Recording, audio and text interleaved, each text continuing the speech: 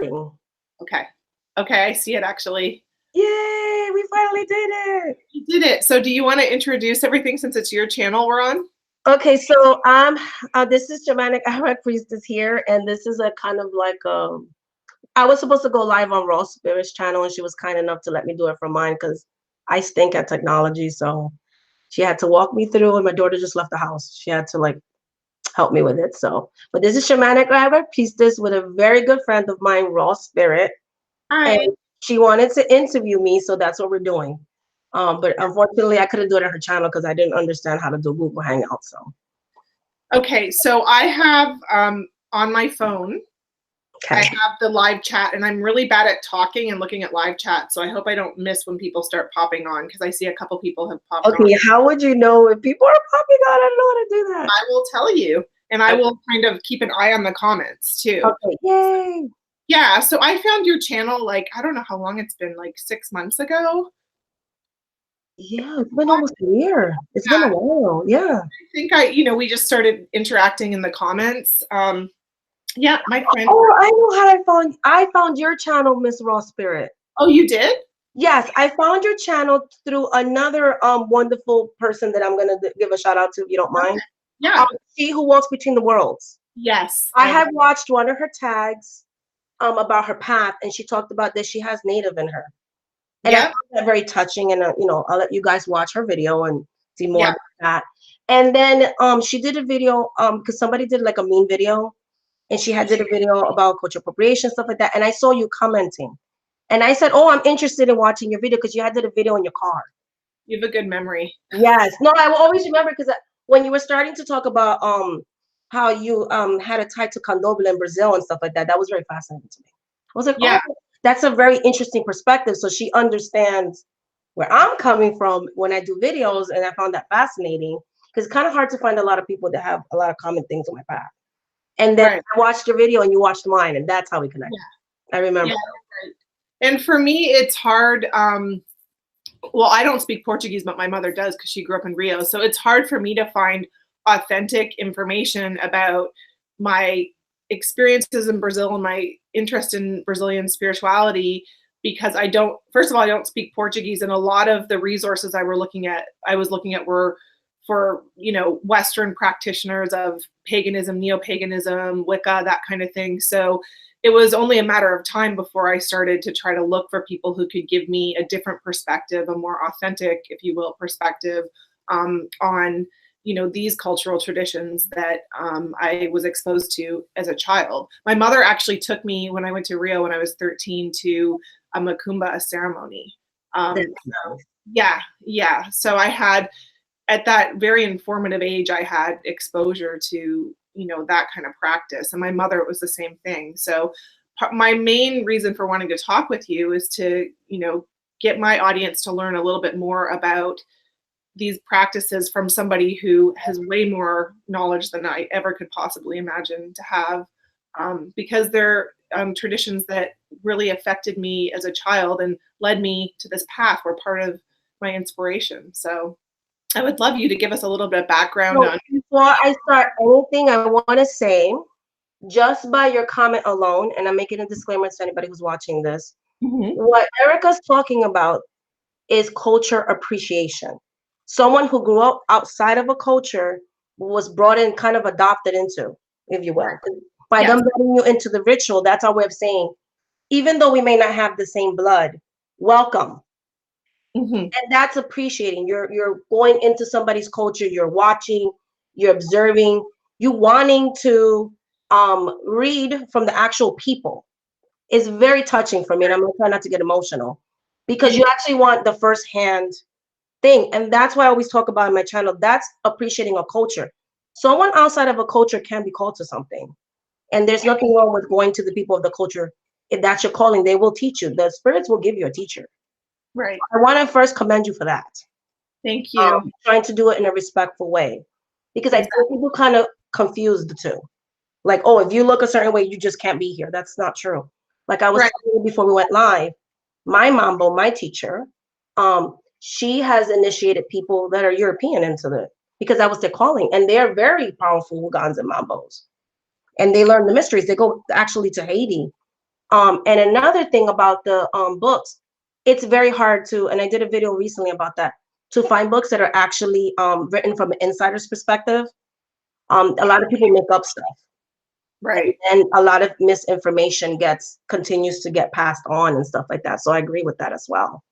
Yeah, no, I appreciate you saying that, because I mean, I grew up with a mother who basically spent her entire life as somebody who was appreciating other cultures, particularly Brazilian culture, because she grew up in it. And the Brazilians that I know call her Tia Jani, and they say she's more Brazilian than some Brazilians they know. Yes, and that's what I'm saying. That's a beautiful thing, because even in Santeria, you'll see people, European people doing it too, and they're just as good. Now, I do find when it's language barrier is a big factor, like you said. Yeah. I've had people like, oh, the prayer books are all in Spanish and things like that. And I've had a hard time finding them in English too, because my mom taught me in Spanish. So I'm like, that's nice, but I was kind of like grew up in the States, so I get that. Yeah. I'm actually wanting to write a book in English for people that are outside of the culture that have a calling to it. But I totally would love it if you did.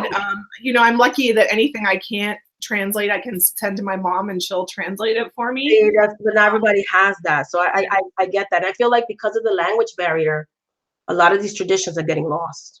And she speaks Spanish too. She grew up in Rio, but then she moved to Argentina, and she was in Argentina for a year or two before see, your mom is interesting. I love this.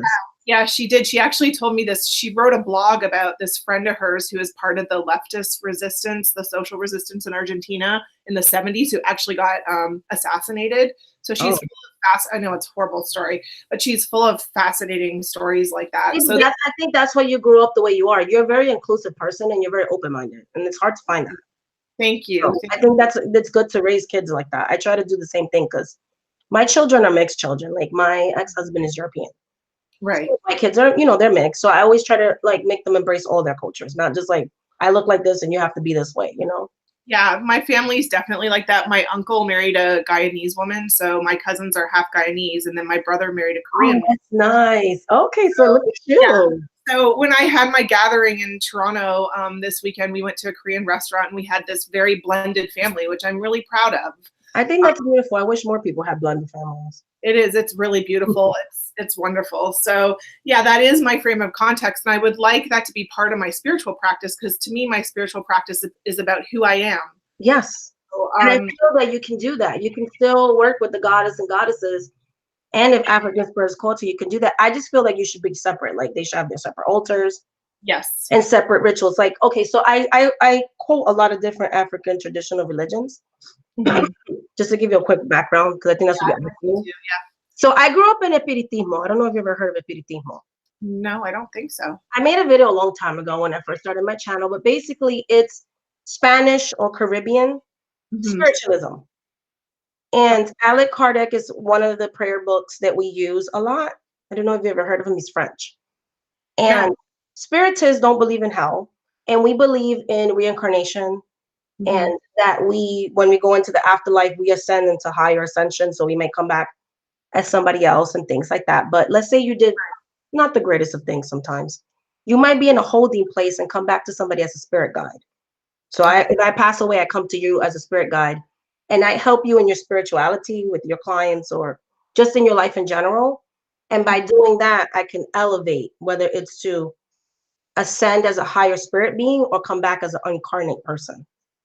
That's in keeping with what I believe, for sure. Yes. So, and spiritualism, people there is shamanism. It's when there's a condition, for instance, somebody that I know, I'm not going to say who it is because I didn't ask them permission to say this part, but they're native, and I do work with native spirituality too. And I had to heal the person. So I had to actually talk to a skinwalker, which I don't know if you've ever been around a skinwalker. They're pretty scary. No. And we had to make deals. So it's not the same kind of exorcism. It's not a demon. Right. And we had to make a deal. And then with making that deal, like I had to let a spirit come into me, so possess me. Possession is a very big part of my practice. And so that spirit went through and I pretty much left my body and it talked to that spirit itself. I don't remember. These are people telling me the story after I came back to myself. And as a shaman, we talk to spirits from other realms. Right. And so that's spiritualism. We intercede and they heal people. through the ancestors or through other spirit beings. It's fascinating. And that's very big in Puerto Rico, where my mother grew up in. Now, my mom's also part Haitian, so that will be where the Santeria and the Voodoo comes from. And she's initiated into that. And I later got my lower initiations in that too, in Santeria. So I have my saints on me, like they mounted the saints. And I earned some of my, the beads I'm talking about, the beads, the elenques. Yes. I have some of those. Yeah. And then Voodoo, I'm working on getting initiated into Voodoo. But I am initiated as a shaman, yes. That's amazing. So that will be my background. Now, the one thing a lot of people don't know about me that I'm going to share with you, I'm also an ordained minister of a non-denomination. Right. I actually am too. Yeah, so I'm going to share that with everybody. Right. And I don't know if that's what you did it, because anything that's pagan or outside of tradition isn't very well protected. Yeah. I feel like by being an ordained minister, like my religious freedoms are protected, because like I say, I'm an ordained minister. Yeah. I have the right to practice this or oversee certain things. Yeah, exactly. Exactly. And also I do have an interest in eventually being able to, teach spiritually and that's true. Yeah. So that it was part of my motivation for sure. Yes. And you can marry people now too. Why not? Right. I haven't done that yet, but that would be fun. So I'd be curious to hear a little bit more. We talked a little bit about the difference between voodoo and hoodoo. I'd be curious to hear a little bit more about that, because I know people in my audience probably, if you want to call it audience, I sound so pretentious. That's one of my biggest pet peeves, but I understand it. But it's more of my pet peeve when it's coming from my own people. But anyway, we're going to move on from that. Right. So a lot of people always say voodoo, hoodoo. And okay, so there's different kinds, and I made videos, but I'll quickly touch. So hoodoo in its original form, because, everything evolves. So now in the recent hoodoo, because of everybody being exposed to each other, saints were added on, but that wasn't until like the 80s and 90s, actually, maybe even 70s, when the Cuban migrants came to the United States, because hoodoo is a Southern tradition. Right. And so the saints started getting added on later. Actually, hoodoo is Bible magic. It's based on the Bible being like the book of grimoires, if you will, like a witch's book. Then you like so for instance, Moses is considered like a good conjurer, a good root doctor. Jesus is considered a good root doctor. And the best one will be God, so one God. And things like hyssop that are very big in hoodoo, the Rose of Jericho, rue. These are herbs that are actually mentioned in the Bible. So they use a lot of those things. So it's like you're using the Bible, the book, the Psalms, the book of songs and things like that for our magical practice. And a lot of people, because I feel like hoodoo is one of them that has been very washed down. Right. A hoodoo person is not fancy. So my mom would literally take a can, those little Vienna sausages? Yeah. She would wash that out, and she would create a lamp out of that. Right. With wicks and put certain oils and herbs. And she could really bless you with that, or she could really mess you up with that. And I do that a lot in my practice too. So if you go and see a working, you're like, okay, it doesn't really look like much, but there's so much going on because you use what you have. And like, all right, I'm trying to censor myself. Don't even get me started on the whole witchy aesthetic thing. I have to hide. Yeah, so because I'll be a hypocrite. No, it's okay. So okay, I had a client come to me, oh my God, I feel like I have a cross condition, which means like, I just feel like maybe I put some negativity in my life.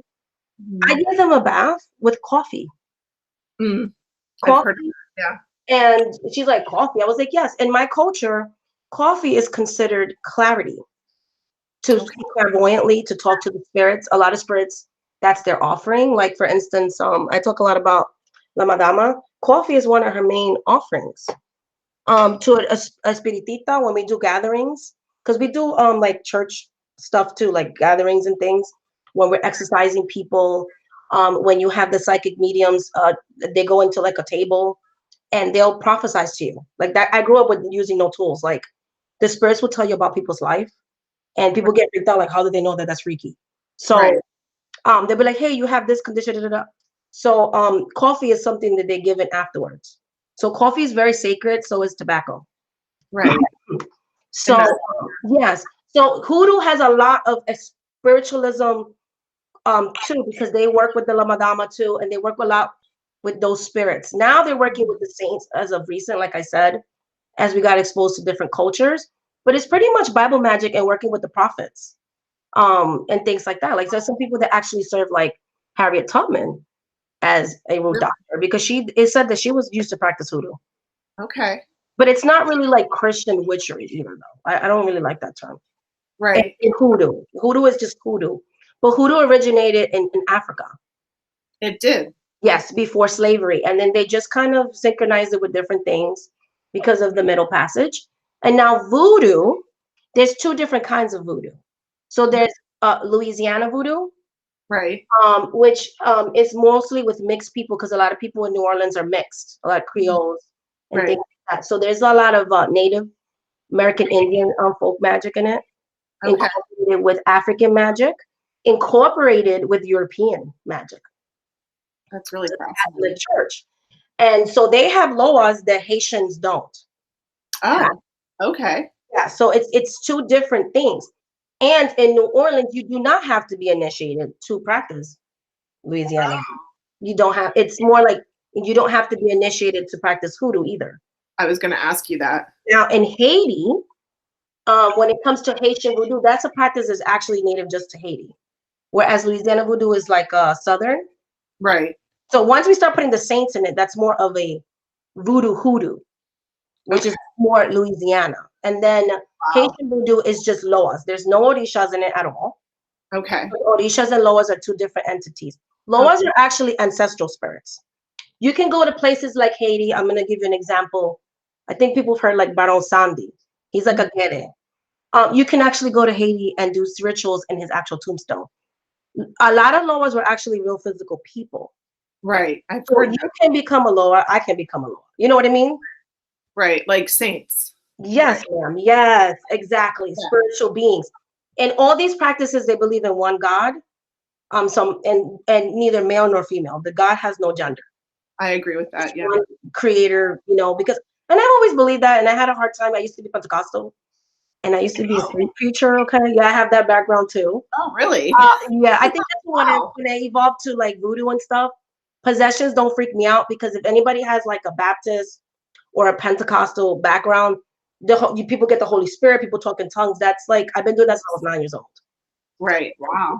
Yeah. And exorcisms and all, like I've seen things, Yeah. I'm trying to stay on the topic. So with voodoo, it's very important to have a Catholic background in Haitian voodoo. Okay. Yeah, that makes sense. My Mambo's mother kind of got on her daughter for that, because she tries to keep everything pure. Right. She says, remember what they say in Haiti, 70% Catholic, 100% voodoo. Oh. Because you have to know what saints are synchronized with which saints. Right. And when you're doing malicious stuff, which I call it more like justice, somebody deserves it, they deserve it. You have to go to church. You have to basically like, I'm going to do some things that are the best things in the world, but we have to give these people their karma. We go to the church that spirit resides in. We ask permission, and then we go home and do what we got to do. And then we cleanse the space. We close it, we cleanse it, because you don't want to leave negative stuff in your house. Yeah. Yeah. So yeah, and so a lot of Mambos and Hugans, which are Mambos are female priestesses, right. Hugans are male, and then you got your Bokus, which work both sides of the path. They they are, a lot of them are baptized Catholic by tradition, but voodoo by religion, because voodoo is a way of life. Yeah. And in voodoo, there is sacrifices, but they're not really sacrifices. And I try not to talk about it, but I kind of want to talk about it now. I'm just going to be controversial. I don't care. You made a really interesting video on it before I watched. Yes. So in Haiti, we have to understand where Haiti's coming from. Right. A lot of people sustain farm. They do not have access to fresh fruits like we do in the United States. So having like a vegan or vegetarian, that's not always accessible to everybody. Right. So like the way pagans did back in the days, they would live with the animals, and then when they took its life, they kind of had that relationship with it. When Haitians do a sacrifice, it's actually a ritual. So it's like a celebration, and there's a lot of poverty.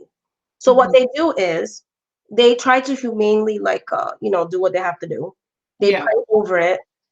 There's a way you do it where it loses consciousness so it doesn't feel as much pain.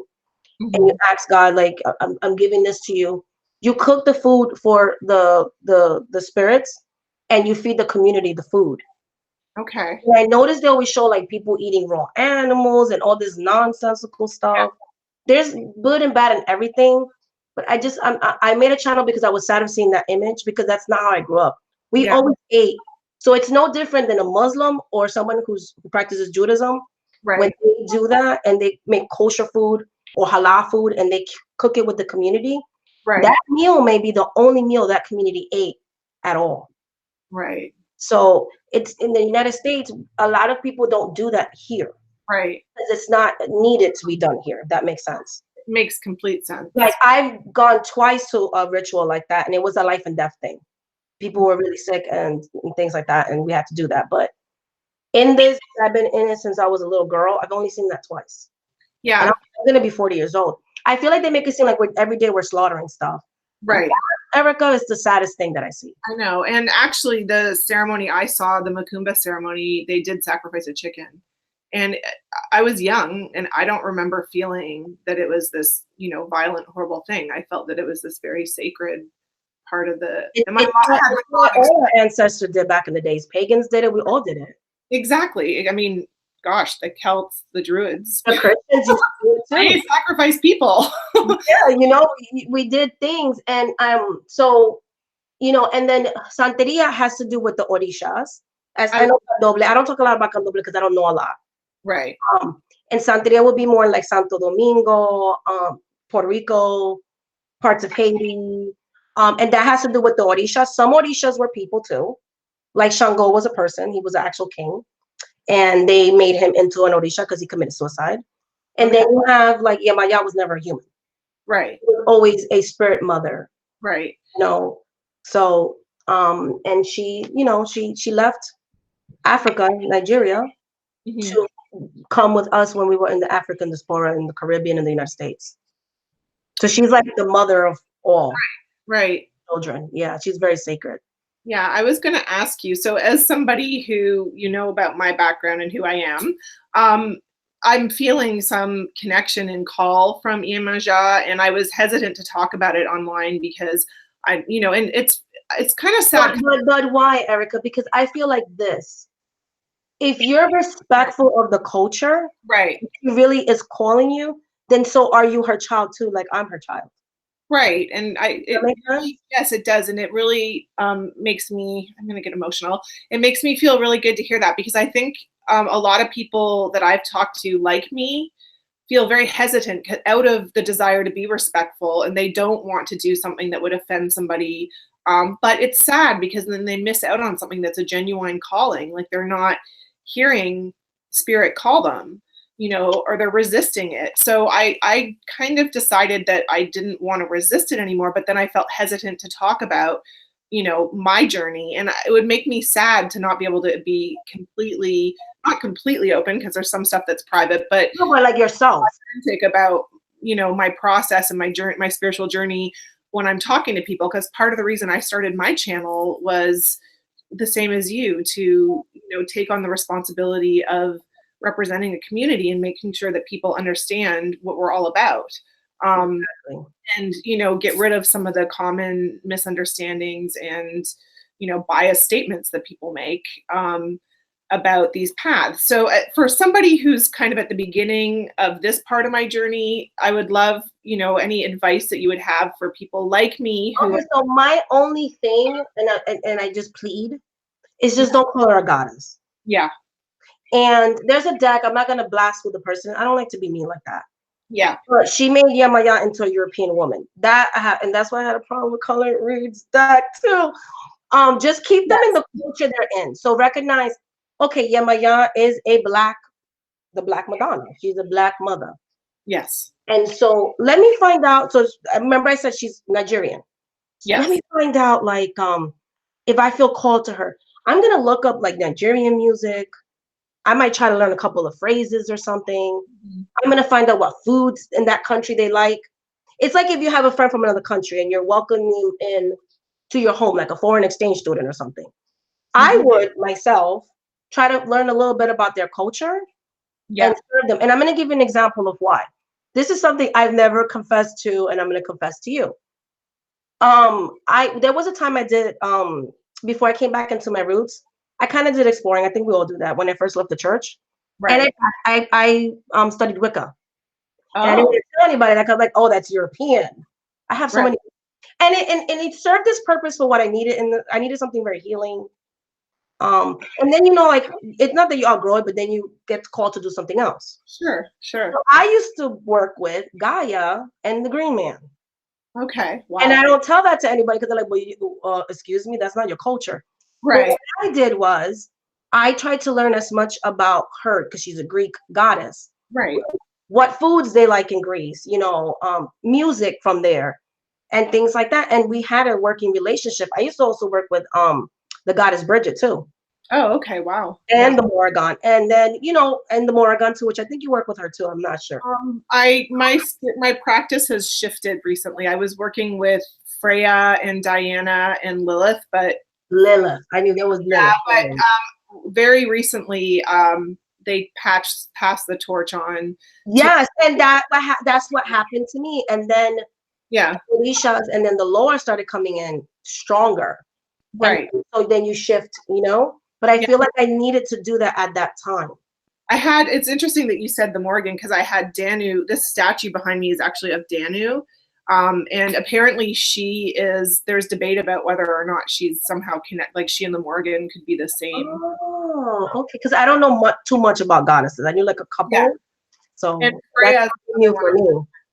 Yeah. So I also work with Freya, and she stuck around. Freya is the only one that stuck around. So I'm just starting this journey with Iyamaja and Danu, who's behind me. And it's interesting that the way you described Iyamaja, because years and years and years ago, gosh, maybe like 10 years ago, I do a lot of astral travel. I had an encounter with what I would describe as like a Black Madonna kind of, I guess I called her like the equivalent of God. To me, she was like, but now in retrospect, I wonder if it was Iyamaja, Yes, because Iyamaja synchronized with the Virgin Mary, La Virgen de Regla.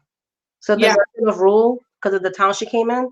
Yeah. So how she became synchronized with that video, since you called her, I'm going to tell you a story, was because there was a free Black man who was working for the Catholic Church at the time.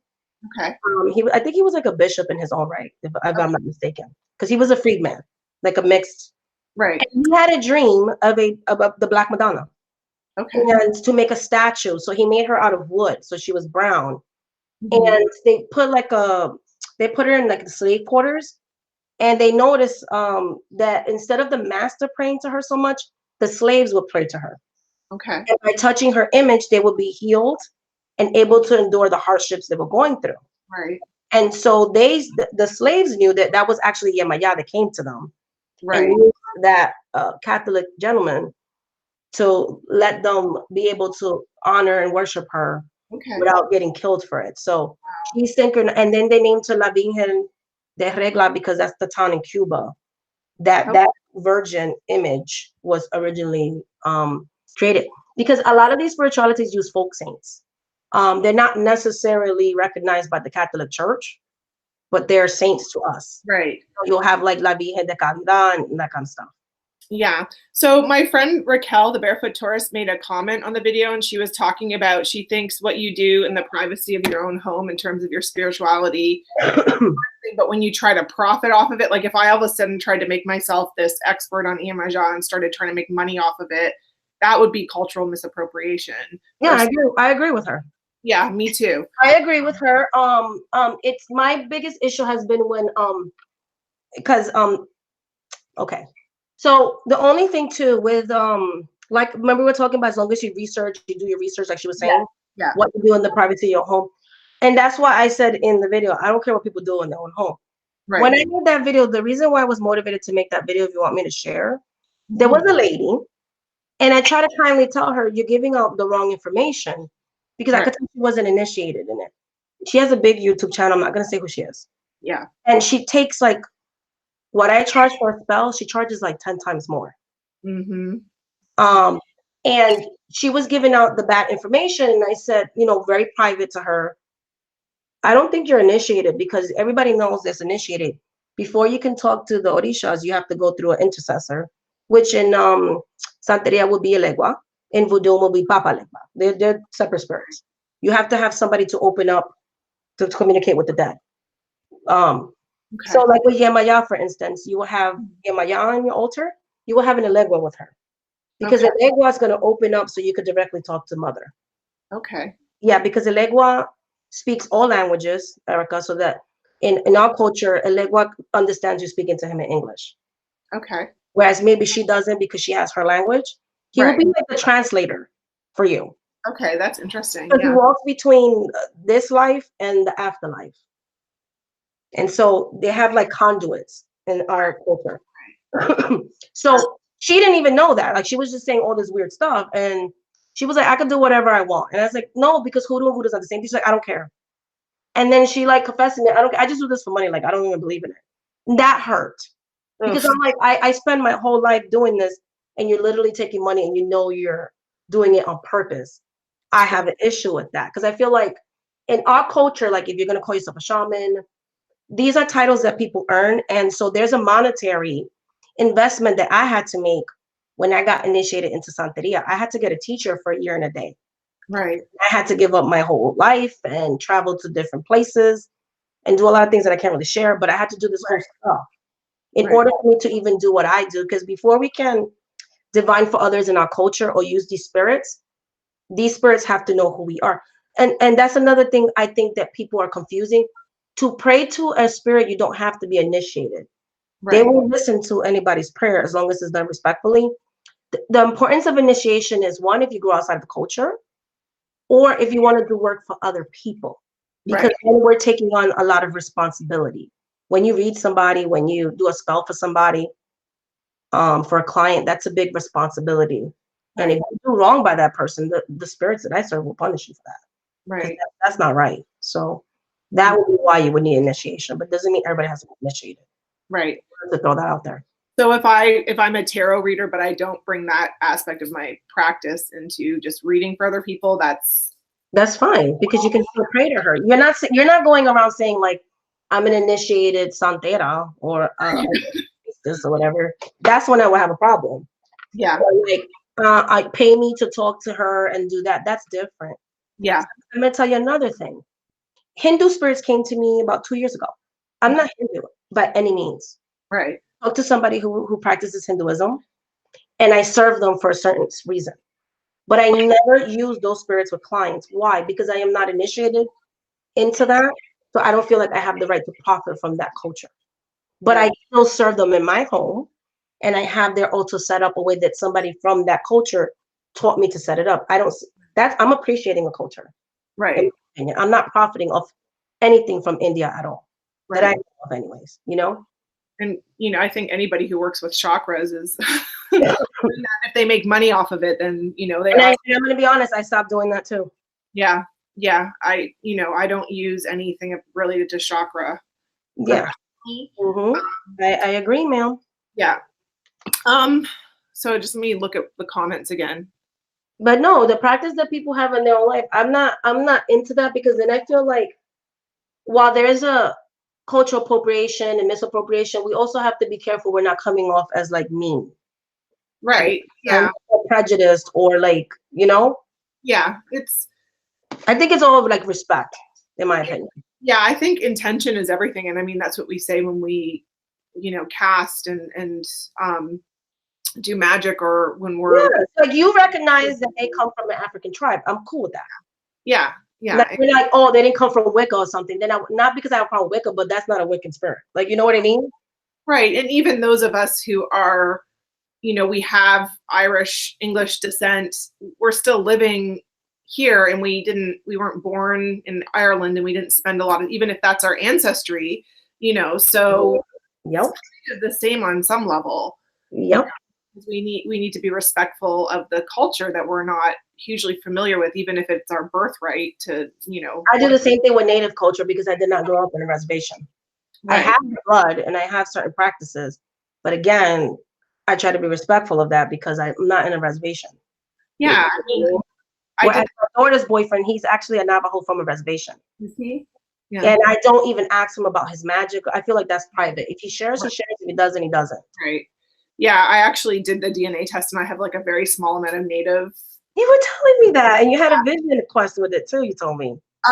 More that I have a connection. There's a sacred site outside of Toronto, about an hour outside of Toronto, and whenever I go there, I feel a lot of energy. And I don't know if that has anything to do with that, but I think it does. I think it does. They say the blood calls people. yeah, so that's interesting. I mean, it's interesting, those DNA sites, because I was able to identify like exactly when that person would have come into my bloodline, and it was right around the time of the War of 1812. Okay. And my ancestors were, I'm Canadian, I'm 7th generation on both sides. So my ancestors. Oh, you were Canadian? Yeah, I am. I'm from Toronto. Yeah, my ancestors actually fought in the War of 1812. They were snipers. They shot the Americans from the trees. So it makes you wonder, like, what happened at this time of upheaval and war, where we've got this new culture introduced into the bloodline. It's fascinating stuff. I'm a mixed person, so I have every culture. Like, I'm gonna be honest, I have a hard time classifying what race I am because I'm so many different. Right. So I just always put like other or mixed because I have a lot of Portuguese in me as much as I have African in me. Well, and I don't speak Portuguese, only when I'm possessed I do. So right. Oh, you do? Oh, that's interesting. Yes, I was told by my Mambo's, so my mentor's mother, we were in ritual one time for Halloween. And she goes, I didn't know you knew how to speak all those languages. I said, what languages? Right? Because she started talking to me in Portuguese. I said, I don't know what you're saying. She was like, you were talking to me in fluent Portuguese.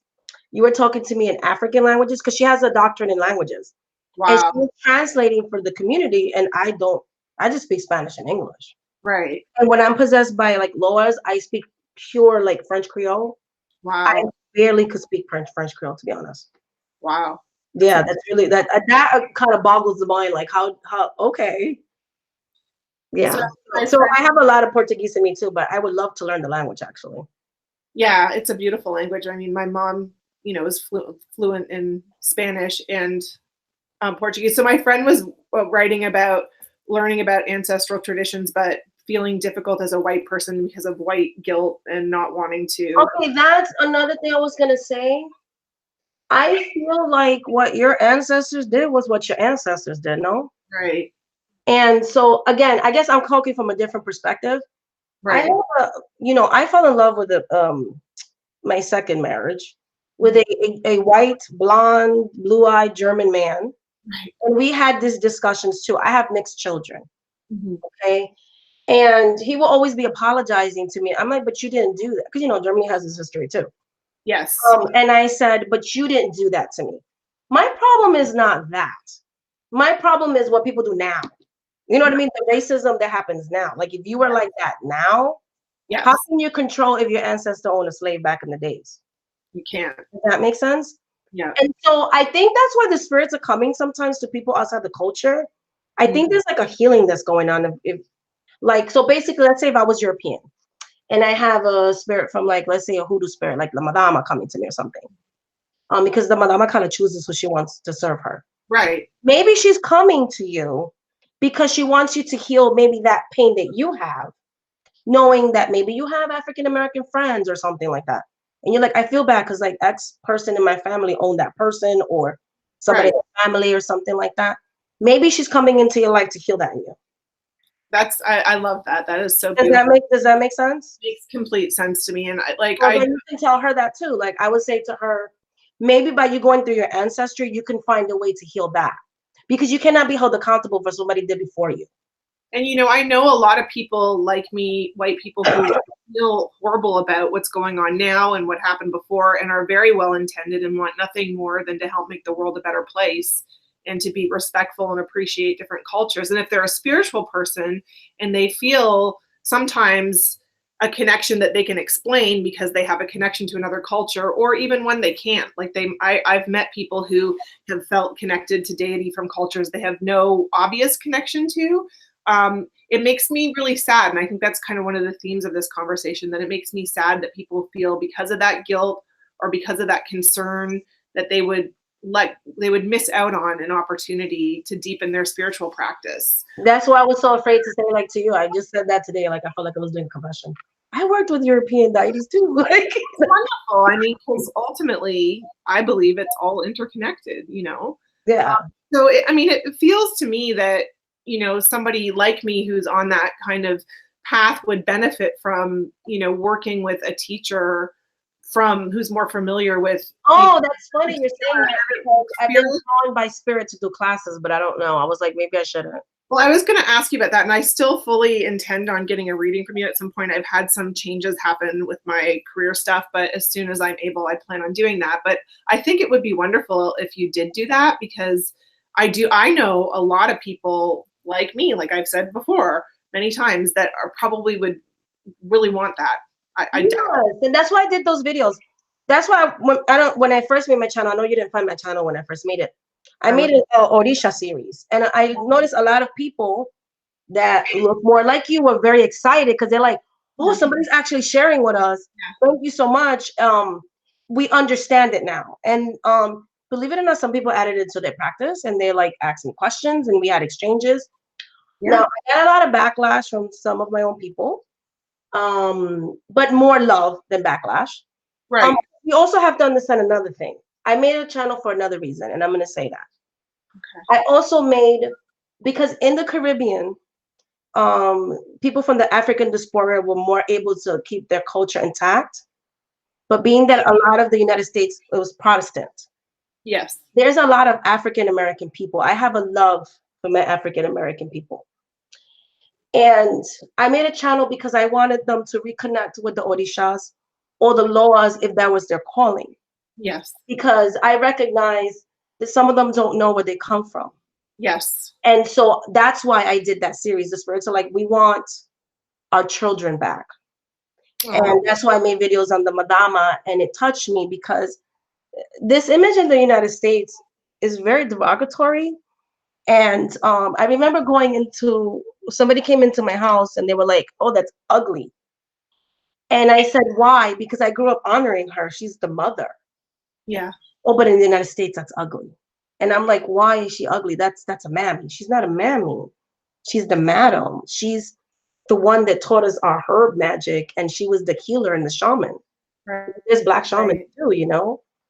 And that's why I made my channel. I wanted to share that. I wanted to share with my African American brothers and sisters, with my European brothers and sisters, that maybe they have a calling, but they're like, oh, I don't know, because I feel like I'm doing something bad.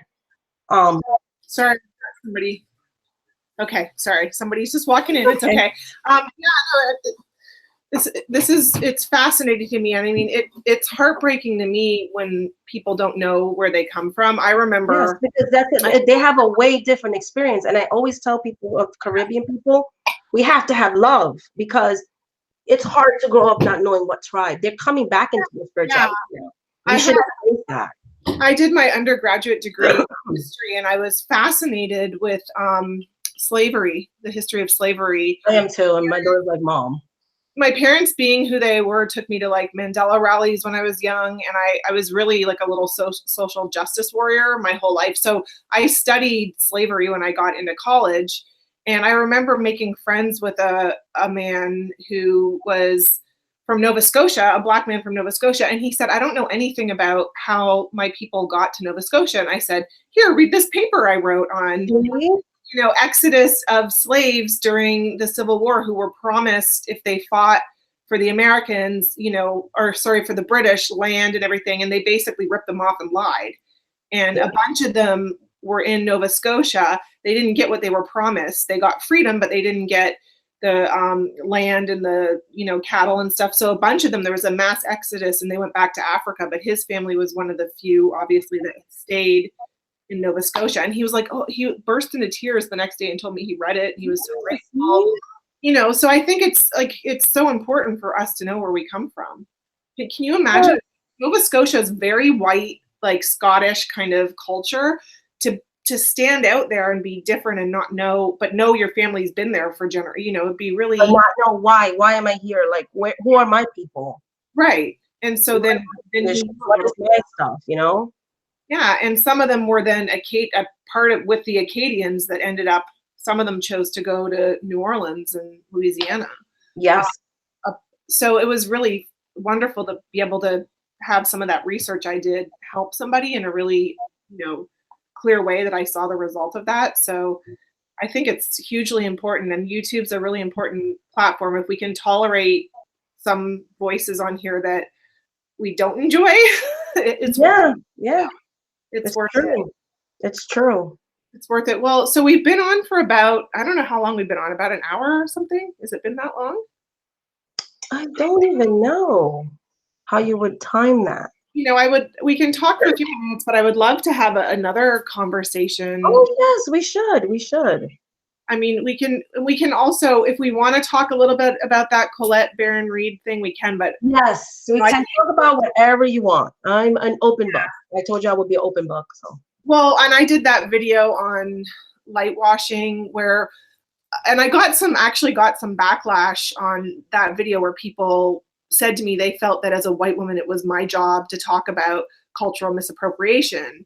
And I feel it's my job to acknowledge that people are being taken advantage of like that and exploited like that, but it's not my job to speak of it from a perspective of understanding what that feels like, because I don't. But I did want to speak about that deck from a spiritual perspective as somebody who's a practitioner of both paths and is really concerned about this new age positive psychology kind of shine the light on everything, shadows bad. So I came at it from that angle. And I was able to touch on some of the issues that people who felt the cultures were being misrepresented also, didn't like, but I was coming at it from a spiritual perspective because I don't feel like I can complain that I'm hurt about a Hindu goddess or is it appropriate? I have no idea if they call them goddess. Okay, a Hindu deity. Right. Yeah, a Hindu deity. I can't be all offended and upset about Kali if I'm not from that. Like, I feel like that's taking somebody else's voice. And that's why I didn't comment too much on Kali either, because I'm like, I have never worked with Kali Ma, so I don't know. I know some stuff. Yeah. So yeah, I understand what you're saying. So I only spoke from my Black experience. You know what I mean? Like, that's about it. I just don't want to take somebody else's voice from them. I want to say, listen to this person over here because what they have to say is important and we should respect their voice and use my platform or the fact that, I'm white and maybe people will watch me, because of that. And then use that platform to say, listen to this person because what they're saying is really important and we all need to know about this. But let me speak about this from what I do know and what I can speak to, and that I'm not stealing somebody else's voice and speaking for them. So I got some flack about that. And that's sad because I feel like you don't always have to talk about that. Like, I don't always want to talk about that either. But you were more speaking, what I got from the video, you were more speaking like when you use the term light washing, you meant like everything isn't always white light. Like, we live in light and dark at all times. And what's wrong with portraying the goddesses how they are? Like, you have your goddesses that are more shadowy than others, and that's why I had a problem with Doreen Virtue's deck too. Yeah, she only picked like the fluffy stuff, and she was always like, and I think there's a danger to that because, and that's why I speak about that in my channel. Like, and this is controversial too, but I don't practice do no harm. I do all kinds of magic. Yeah, I can hex you, I can curse you, I can bless you, I can do everything. Everything has its place. It's like somebody hits you, you're gonna hit them back. But I'm not gonna just go up to you and hit you. But I protect me and my family. If somebody's going after me physically, magically, I'm gonna defend my family. But it's not something that I just go out and do. I just want to wreak havoc in the world because I understand if, in my culture anyways, if it's unjustified, there will be something that happens to you because of it. There will be spirits that will turn their back because they don't like that. You should always make sure you're justified. So before I do anything like that, I always do a reading and I talk to the spirits, Yeah. I mean, I didn't like her deck. But I haven't bought decks, I'm gonna be honest. I didn't do the in-depth year, but I haven't been drawn to buy any decks in almost a year. Yeah, I've noticed you don't buy a ton. You're not really many decks, Erica. I'm not gonna lie, I have a lot of decks. I don't have any space for them anymore. I think that that's a good thing, and I think another issue with this community that I personally have struggled with, and I know people have struggled with, is consumerism. So I think channels, I think we all do, but channels where we downplay that, or we talk about what we can get at the dollar store versus, you know, buying the expensive stuff, you know, I think that's very grounding for me. And like, it's taking the focus away from the flashy, pretty aesthetic and onto the actual practice. You know, for me, because most people I know do use tools in this practice. Yeah, I love tools. Yeah, I love them too, but I spent probably 15 years with it all up here, and I didn't have anything. No, and that's how I grew up too. I started, if you want me to be honest, when I joined the YouTube community, I started becoming very consumeristic too. Yeah. And what I noticed, I started to shift away from what it was. And I remember when I got initiated, my mom initiated me into our family's shamanistic practices. So I became like an official shaman a couple years ago. So I went down to her, and she had her shaman came, and we had a beautiful ritual. I got initiated, and so did my older son. And my younger daughter that you saw when we were trying to do the tech issue. Yeah. So they're initiated too. They're shamans too. That's great. And so when we got our necklaces that my mom handmade for us and stuff like that, and the tools and everything, sorry. I looked around at my mom's altar, and I said, what am I doing? It's become where I'm getting myself in debt. Mm-hmm. I need to invest in my business, not in this. And I'm not knocking anybody else, because we all do what resonates with us. Right. But as a shaman that I am, we are nature-based people. Like, we work with nature, which I know a lot of pagans do that, right? We work with nature. And everything you need is in nature. So I have recently started going back to that. And I said, cartomancy really speaks to me versus any deck. Mm-hmm. Why am I so ashamed of that? That doesn't make me less of a witch or a psychic or a reader, but I had that in my head though, Erica. Yeah. I would see all these beautiful decks, and I'm like, oh, I have to keep up with them, you know, or even when I was in the hotline too. Yeah, right. Yeah, it's that aesthetic. I mean, but there's something more soulful about picking up a stone from a river or on a walk than buying this beautiful wand that's beautiful, you know, no doubt about it. But there's something, like my mom said to me, make sure your purchases are soulful. So with Iamanja, I actually commissioned somebody to paint a painting of her versus buying the Amazon statues, you know, because I felt that had soul, and I was helping a woman who's, you know, earning money as an artist, somebody I know and I can connect with, you know.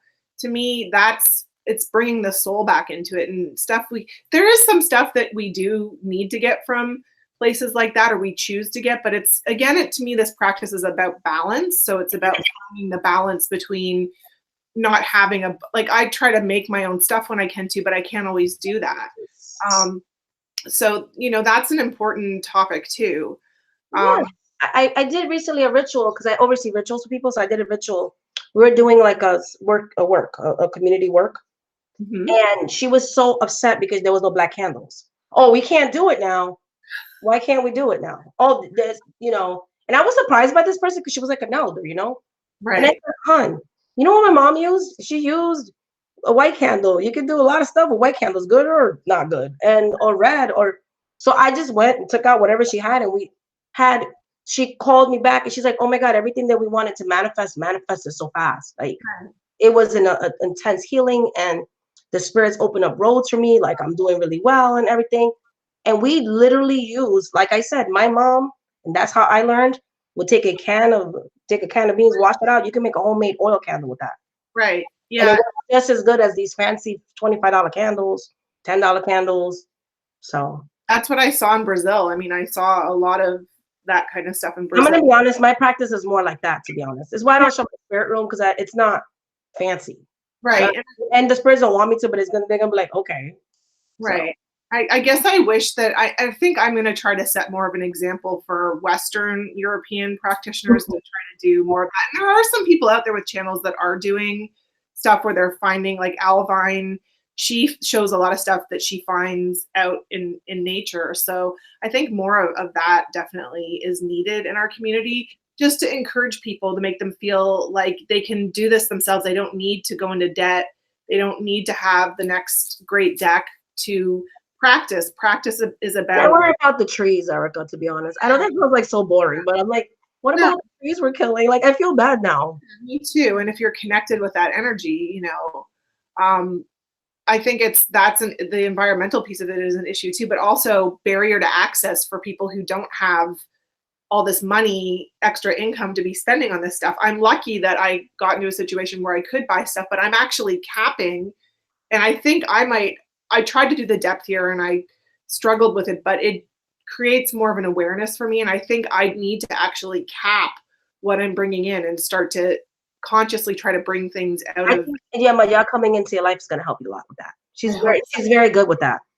Yeah, well, maybe that's part of the reason that she shows up. It's interesting. And so we do want to do another conversation because I'd love to talk with you more about the hereditary witch versus the non-hereditary. Because I feel like I fall in this weird gray area. I had this conversation with my mother about how my grandmother read tea leaves and my grandmother talked to spirits, but I don't come from a tradition. Like she wasn't, because she was, Irish, English, Canadian type of person, she doesn't come from an actual tradition, but apparently her aunt did all this stuff too. So that is a tradition. Right, you're hereditary, but I don't come from like this lineage of like Irish witches that I know of, maybe, but I don't know of it. Maybe it was lost or maybe it never was, but it's an interesting conversation to have because I also think there's a lot of people like that who don't feel they can claim that they're hereditary or don't feel that. Again, it's not even about like the word you put on yourself, the label. It's more about your soulful connection to your family and to feeling that bond with your ancestors, that they were like you. They just were at a different time. My mom said we didn't have the luxury when I was young to proclaim ourselves to be. No, my mom to this day doesn't call herself a witch. She's like, why are you doing that? That's a secret. She gets really upset with me. She doesn't even have a YouTube channel because she'll kill me. So I'm just saying. My mom watches it, but she felt that she couldn't fully actualize and be honest about who she was, and she ended up picking like Buddhism because in the 70s, it was cool to pick, Asian religions and follow that, but it wouldn't have been as accepted if she started wearing pentacles and, so I think it is a conversation to have too about the hereditary. We could do that. Hereditary practitioner, and if you come from a hereditary line where there isn't a fixed tradition, then you have maybe an oral tradition. And I'm at a point where my grandparents are gone. I'm in my 40s, early 40s. My mother's in her 70s, and I'm hearing some of this stuff now, and I'm like, you never told me grandma read tea leaves. Like, you never told me grandma talked to spirits. Like, you want to keep that and learn it before it's gone. Yeah, I love it. So we should talk maybe more about, because I would like to hear more about your family lineage and, that kind of thing. But I've got a sick child, so I can't stay on for hours. Oh, me too. My son got home Monday. He has the flu. Yeah, so I would love to stay on for another hour, but I probably have to go feed him and check in on him and stuff. And I feel like I can talk to you all day. Thank you so much. Much love, light, and blessings to you. You too. Yeah, you too. So as much as I want to talk all day, let's plan to do this again. Okay, we should. Okay. Bye, guys. Bye, everyone. Bye, Erica. Thank you so much.